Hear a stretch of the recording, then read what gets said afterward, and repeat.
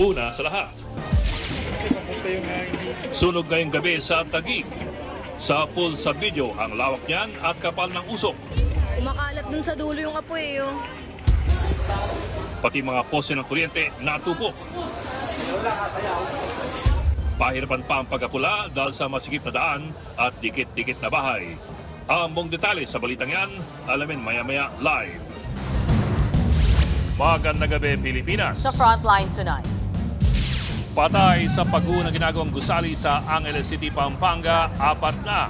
16 pang pinangangambahang natabunan, patuloy na hinahanap.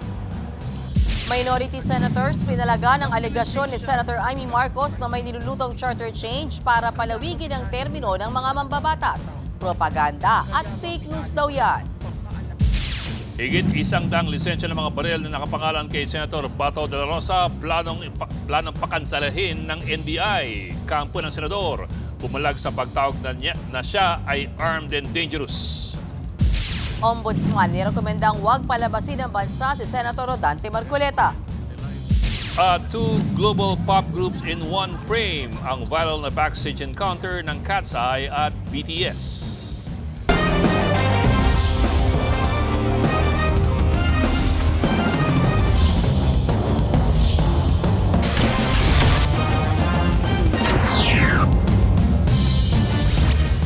Panibagong sunog ngayong gabi ang inaapula ng mga bombero sa isang residential area sa barangay Santa Ana sa Taguig City.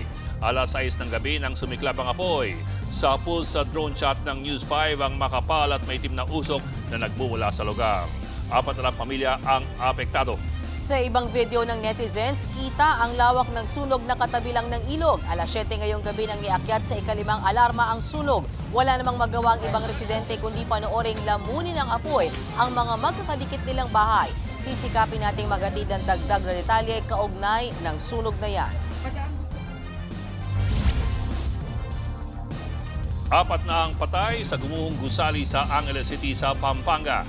16 pa ang patuloy na hinahanap. Iniimbestigahan ngayon ng impormasyong hindi lang pala siyam na palapag ang gumuhong gusali. Live mula sa Pampanga, nasa frontline ng balitang yan si Gary De Leon. Gary, tuloy-tuloy pa rin ba ang search and rescue ngayong gabi? May nasa 16 na lamang ang construction worker na hinahanap sa gumuhong gusali dito sa Angeles, Pampanga. Ito ay matapos magpakita ang isang nawawala na si Andy Lemorinas na ligtas siya at wala sa site na mangyari ang pagguho. Dahan-dahang pinuputol ng mga bombero at mga rescuer ang mga bakal na pumatong sa biktimang ito. Kabilang siya sa mga natrap nang gumuho ang ginagawang gusali sa Barangay Balibago, Angeles City sa Pampanga. Patuloy ang ginagawang rescue operation, lalo't 16 pa ang nawawala. Sa gitna ng paghahanap kaninang madaling araw, nailabas ng mga rescuer ang isang biktima ng pagguho. Nawalan siya ng malay kaya ni-revive na ng medical team, pero binawian din ng buhay. Magkasunod ding inilabas ang 2 pang bangkay.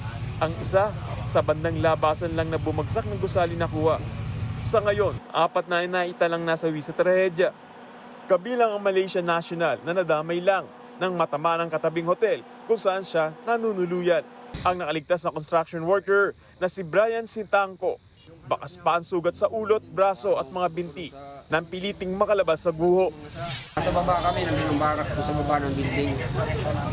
Tapos, nagsaluyan ako natutulog. Bumagsak yung bubong ng tinturuan ko ng barak. Balutan pa ako ng net.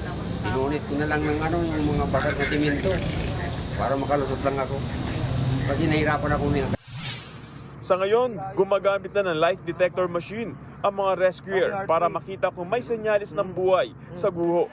Pero ang mga kaanak ng mga natrap na panghihinaan na ng loob sa bagal daw ng pag-rescue. Siguro wala nang buhay. 24 hours na sila dyan. Hindi pa kumakain. Kahit siguro tubig, wala. Kung nagtutulong-tulong po sila, hindi yung iba karamihan naglalakad lang. Nakahiga, nakatambay kung saan nagsiselfon. Siguro po mapapabilis yung kilos nang makapag-rescue sila ng buhay doon. May paliwanag naman dyan ng LGU. Po, hindi naman tayo pwedeng pumasok basta-basta, hindi naman tayo pwedeng magtanggal ng mga debris.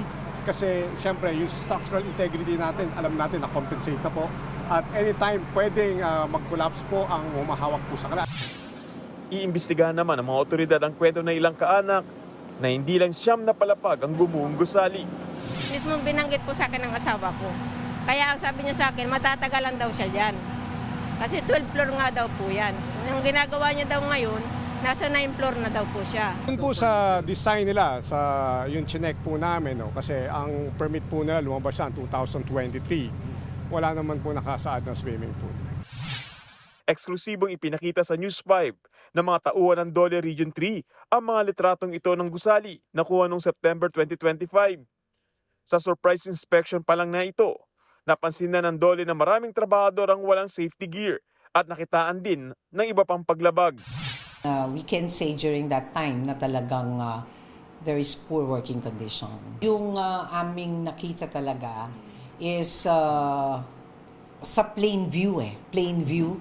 Nakita ng aming mga labor inspectors na yung work na ginagawa doon at yung working condition medyo hindi safe. Agad kinurdon at nagpatupad naman ng work stoppage ang Dole. Matapos maipasara, tumupad naman daw sa requirement ang may-ari at nagbayad din ng multang 100,000 piso. Binayaran din ang lahat na naapektuhan ng pagtigil ng trabaho. Kaya muling natuloy ang construction noong October 2025. Hanggang sa gumuho na nga ito noong weekend.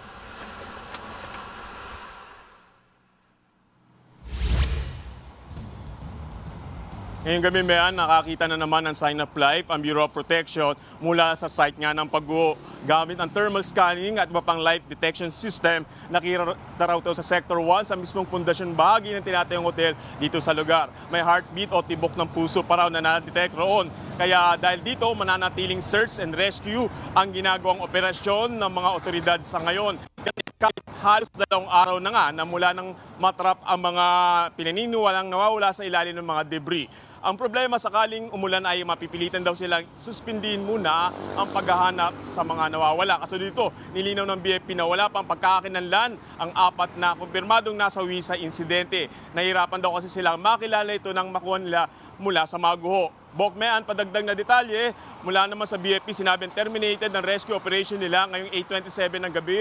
Alas 7 naman ng umaga muli sila magpapatuloy at 9 a.m. ng umaga uli ay magkakaroon naman sila ng press briefing. Samantala, bumalik na rin ang supply ng kuryente dito sa Chedoro Street kung saan makikita ang ground zero. Mean, Bok. Maraming salamat, Gary De Leon. Naglabas si Senadora Amy Marcos ng isang video kung saan isinusulong daw ng ilang senador ang charter change. Yan daw ay para palawigin ang termino ng ilang mambabatas. Pero banat siya ng mga taga-minorya, propaganda at fake news yan. Narito ang aking report. Nagkita si Tito Soto at House Speaker Lee para pag-usapan kung ano ang papakialaman sa 1987 Constitution habang nakaupo si Bongbong Marcos. Ito ang video presentation na inilatag sa sesyon kanina ni Senator Amy Marcos. Laman nito ang mga impormasyon niya sa niluluto umanong charter change o pag-aamyenda sa saligang batas. Partikular sa planong Constituent Assembly o CONAS at para raw suportahan ito ng mga mambabatas kabilang daw sa babaguhin na extension sa kanilang termino. Dapat ma-extend ang termino ng mga senador at congressmen na mawawala na sa pwesto by 2028. Ang eleksyon sa bawat senador ay magiging by region. Nasa 36 o 54 ang magiging senador. Nabanggit din sa presentation na wala raw magaganap na eleksyon sa 2028 at ang plano umunong pagpapalit ng age requirement sa pagkapangulo. Lumutang din ang usapang para hindi makaporma si Inday Sara sa 2028, gawing 50 years old ang edad ng pwedeng tumakbo. Git dyan ni Senadora Amy, impeachment, no elections, term extension. Ito ang inaatupag ng ilang mambabatas na nagiging mambubutas ng sikmura ng taong bayan. Inuuna ito kesa gutom, trabaho, kalusugan, kabuhayan. Bukod sa CONAS, lumutang din sa video ang pagpapalit ng liderato sa Senado. Gaya ng post ni Congressman Kiko Barzaga, nag-grade 13 daw ang mga majority at Bulaga 11 naman ang minority. Lahat yan, pinalaga ng mga taga-minorya. Sabi ni Senator Mig Zubiri, propaganda at dapat tanggalin sa record ang presentation. That should not be shown here. Because what will stop us now, Madam President, for that lady senator, that we come up also with a propaganda video here, Papalabas din namin yung mga sala nila. Oo, kung ano-ano, hindi naman kami ganyan. Kung galit po kayo, magsalita po siya dyan, mag-aalis siya sa gobyerno niya, mag-aalis siya sa kapatid niya, murahin niya kapatid niya. Inday-badiday na ba tayo dito sa Senado? Kaya nga sinasabi, we're circus. Si Senator Tito Soto na-offend. Hindi raw nila napag-uusapan ni House Speaker Bogie D ang charter change. Bogie D is my golfmate. Ang talagang topic namin was the new TW777 of Honma Meres. It's a new set of clubs. Ang kailangan daw ayon kay Soto, I have never been in favor of chacha. Ang kailangan natin, katcha, character change. may banat din Senadora Risa Hontevero sa video ni Senator Amy. Ganito na ba kababa ang inaabot ng politika sa Pilipinas? Na hanggang dito sa floor ay magbabatuhan tayo ng putik. Delivering a privileged speech is not the same as having the privilege to have fake news entered into the official record. Ayon naman kay Senator Kiko Pangilinan, hindi nagkaroon ng pagdinig sa charter change ang Committee on Constitutional Amendments noong siya pa ang chairperson nito. From August 12 until May 11, Mr. President, the Committee on Constitutional Amendments never held hearings on constitutional change. The Senate did not entertain charter change under my watch. Nagkakaisa naman ang buong minorya sa motion ni Zubiri na tanggalin sa record ang mga akusasyon ni Senator Amy. Pero sa huli, umatras din si Senator Amy at binawi niya din ang kanyang presentation. Dahil dyan, inatras na rin ni Zubiri ang kanyang motion. Pero isang hamon ang kanyang iniwan. Hinihikayat ko ang mga senador ngayon sa ating bulwagan.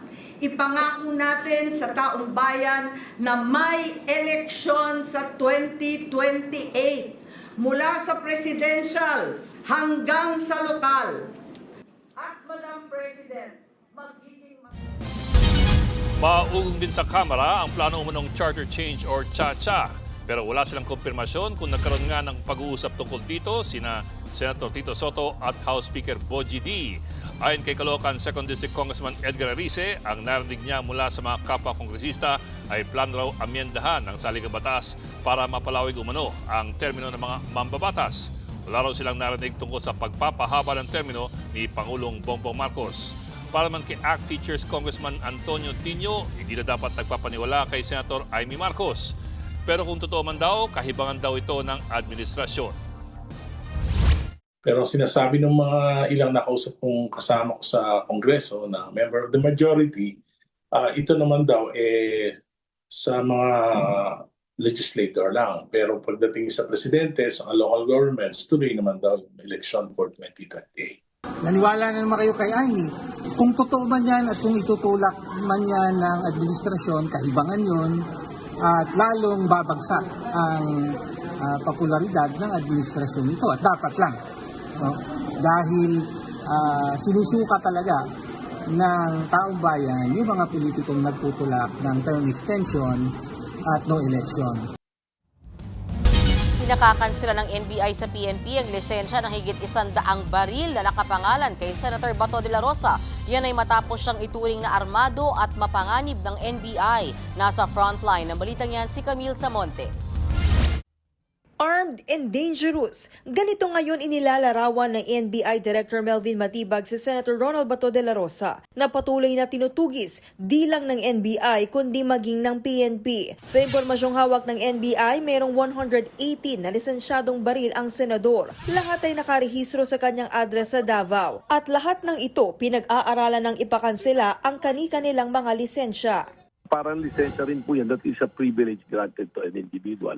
So kung pribileyo po yan na in-extend po ng gobyerno, yung gobyerno po can anytime, for any reason, can cancel po yung license na yan.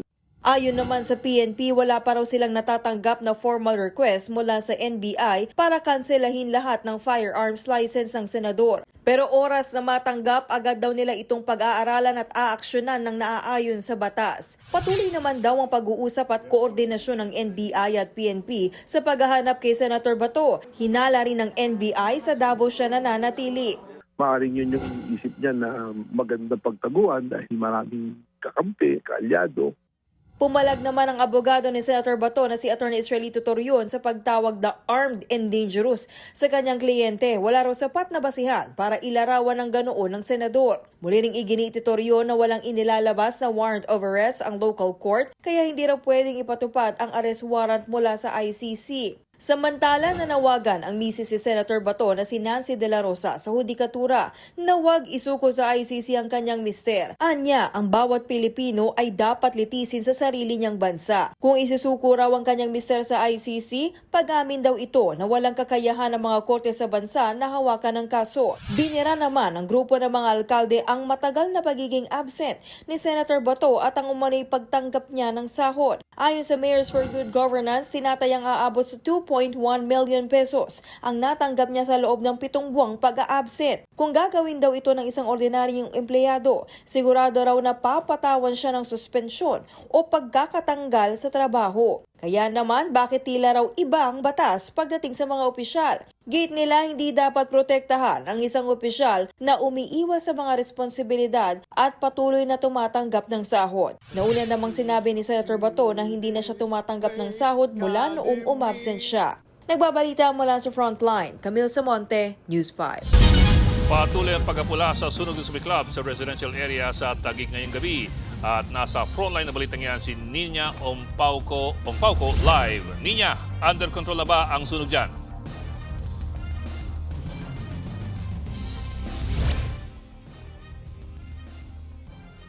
Santa Ana, Taguig City. At kung mapapansin natin, kanina lamang ay hinehelera ang mga bumbero para tuluyang apulahin ang sunog dito. Sa 200 drone video na nag-install, kita ang lawak ng pinsala ng sunog at kapansin-pansin na wala nang natirang mga kabahayan at dito sa residential area ng Barangay Santa Ana, Taguig City. Makapal at maitim na usok ang sumiklab sa residential area sa Barangay Santa Ana dito, alas 6 ngayong gabi. Sa ibang video ng netizens, kita ang lawak ng sunog na katabi lang ng ilog. Ang mga residente walang nagawa habang nasusunog ang kanilang mga kabahayan. Magkakadikit kasi ang kanilang mga bahay. Ayon sa Bureau of Fire Protection, alas 7 ngayong gabi nang iakyat sa ikalimang alarma ang sunog. Ibig sabihin kasama ng umaapula ng apoy ang District Fire Marshal kaya mas maraming bumbero ang kailangan. Sa ngayon alam pa natin ang ilang kabahayan na ang tuluyang nasunog at sa ngayon sa inisyal na investigasyon ng Bureau of Fire Protection na abot sa 400 pamilya ang nasunugan. Alam pa natin kung pa ang bilang ng mga ito. At sa ngayon wala pang naitalang injuries o death ang nandito ngayon sa Barangay Santa Ana, Taguig City. And sa ngayon napapansin natin na for under control na ang sunog pasado alas 9 ng gabi. At sa ngayon ilaan pa natin ang total na kabuang halaga ng pinsalang ari-ari na nasunog dito. Maraming salamat, Nina Ompauco.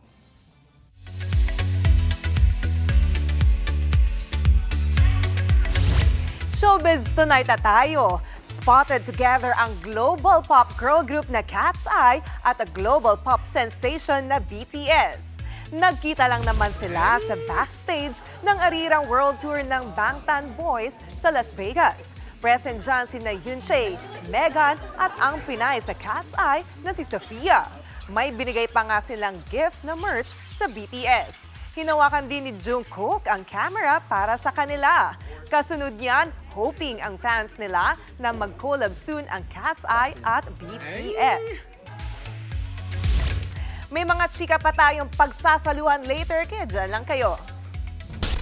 Susunod, 11 senador ng minorya na binansagan ngayong SB 11. Suportado si Senator Win Gatchalian bilang susunod na Senate President. At SB 19, Justin, may special appearance sa latest single ng OPM artist sa si Maki sa Habang Buhay Pansamantala. Magbabalik pa ang Frontline tonight.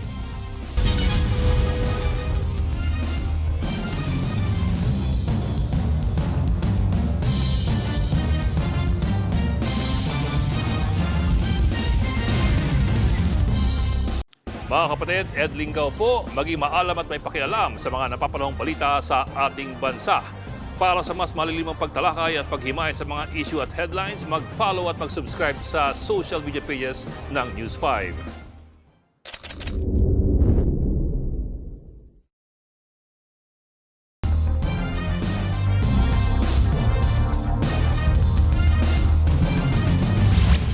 Kumpiyansa sa Senator Alan Peter Cayetano na hindi siya mapapatalsik bilang Senate President. Sa gitna yan ng umuugong na may ilang taga-majority umano ang gusto nang lumipat habang sinusuportahan ng buong minorya si Senator Win Gatchalian para maging bagong Senate President. Narito ang aking report. Buo yung 13, sa 13 walang onsihan. Yan ang kumpiyansang sagot ni Senate President Alan Peter Cayetano sa pagpasok ng linggong ito. Sa gitna pa rin yan ang alingasgas ng isa na namang kudeta o posibleng palitan ng liderato sa Senado. Pero kung si Senator Risa Hontiveros ang tatanungin, may ilang taga-mayorya raw na nagsabi ng interes na lumipat sa Senate minority. May mga pag-uusap, yung tinatanyong mga ugong na mga pag-uusap. Pero ano nga ba ang kakailanganin para makasundo ang isang aanib mula sa Senate majority papuntang Senate minority block? Best na pagbubuo ng bagong majority, if ever, ay on the basis ng common values, common interests na maganang loob ng pagpasok ng lahat dun sa isang majority, isang bagong majority kung sakali. Uno nang kinumpirma ni Senator Ping Lacson na si Senator Win Gatchalian ang napipisil ngayon ng minorya na itulak para maging Senate President. Sa isang bagong pahayag, kumpiyansa si Lacson na kayang dalhin ni Gatchalian ng Senado at magkaroon ng united front para harapin ang lahat ng isyong buwabalot sa kanila bilang institusyon. Dagdag pa ni Ping, acceptable daw si Win hindi lang sa minority kundi sa ilang taga-majority block. Kumpiyansa rin si Hontiveros na magiging mabuting Senate President si Gatchalian. Well, kung maging Senate President si Senator Sherwin, that would be good for the Senate. Magka-batch kami, so isang dekada ko na siyang nakakatrabaho at saka naobserbahan. Napakaseryosong legislator. Isa siya na pinahalagahan talaga yung dignidad at yung reputasyon ng Senado. Kung tatanungin niyo ako tungkol kay Senator Sherwin, kung maging siya, magiging mabuting Senate President siya. Si Senator Kiko Pangilinan naman, pinalutang ang pangalang Solid Block 11 o SB11 na binubuo ng mga minority senators. At lahat daw sila gustong maging Senate President si Gatchalian. Napatunayan daw niya ang kanyang sarili sa deliberation ng 2026 national budget na kaya niyang protektahan ang pera ng bayan. Para naman kay Senator Mig Zubiri, posibleng bumuo ng koalisyon kasama ng ibang senador para isulong ang palitan ng liderato. Anything can happen in the realm of politics. Anything can happen. We'll see. But what's important is kailangan talaga natin maayos yung imahe ng Senado. Nagpapasalamat naman si Gatchalian sa suporta ng kanyang mga kasamahan sa tinaguriang SB11. Parehas daw sila ng isinusulong na maibalik ang kumpiyansa at tiwala ng taong bayan sa Senado. Iniling ng Ombudsman sa Sandigan Bayan na pagbawalang lumabas ng bansa si Senator Rodante Marcoleta at iba pa. Kabilang din sa pinasasali sa precautionary whole departure orders na dating Quezon City Congressman Mike Defensor at mga negosyanteng sina Joseph Espiritu at Aristotel Viray para ito sa mga kasong plunder at indirect bribery na nirekomenda ng Ombudsman laban sa kanila. May kinalaman po yan sa 75 million pesos na campaign donations ng Senador noong 2025 elections. Sa kanyang privilege speech ngayong gabi, ginit ni Marcoleta na hindi siya takot na makulong, pero mas takot daw siyang magamit ang batas bilang sandata laban sa mga kumakalaban sa gobyerno. Sa kabila nito, handa raw siyang harapin ang mga alegasyon laban sa kanya. If the intention of these cases is to silence me, let me say this at the very beginning. It has failed. I will not be silenced. So let the complaint be examined. Let the evidence be tested. Let the law speak. I will answer in the proper forum with documents, with facts, and with the calm confidence of one who knows that accusation is not proof. Susunod, SB19 Justin may special appearance sa latest single ng OPM artist na si Maki sa Habang Buhay Pansamantala. At mga residente sa Hong Kong nagpaligsahan sa pagkuha ng mga bond sa festival. Tutok lang mga kapatid dito sa Frontline Tonight.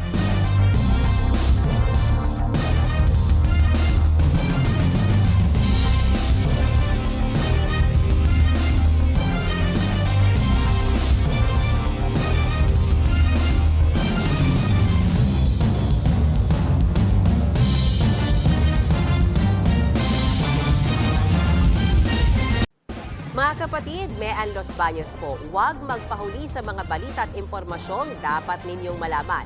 Para sa mas malawak na balitaan at diskusyon, mag-follow at mag-subscribe na sa social media pages ng News 5.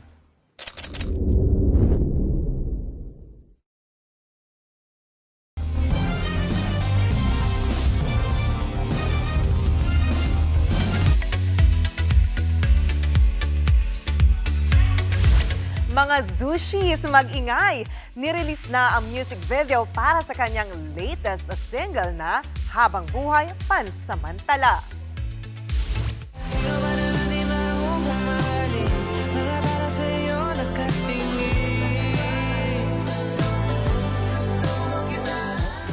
Yan daw ang pink song ni Maki at Alay para sa mga na-stuck sa relasyon na itinuturing lang bilang second choice. Special daw ang song para kay Maki. Sinulat niya ito para sa mga may malalambot na puso na tulad niya.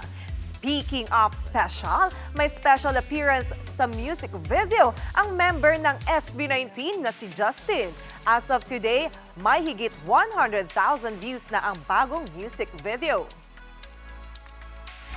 At yan ang latest and hottest sa Frontline Showbiz tonight. Ako po si Jenny Alipon. Happy Monday, mga kapatid!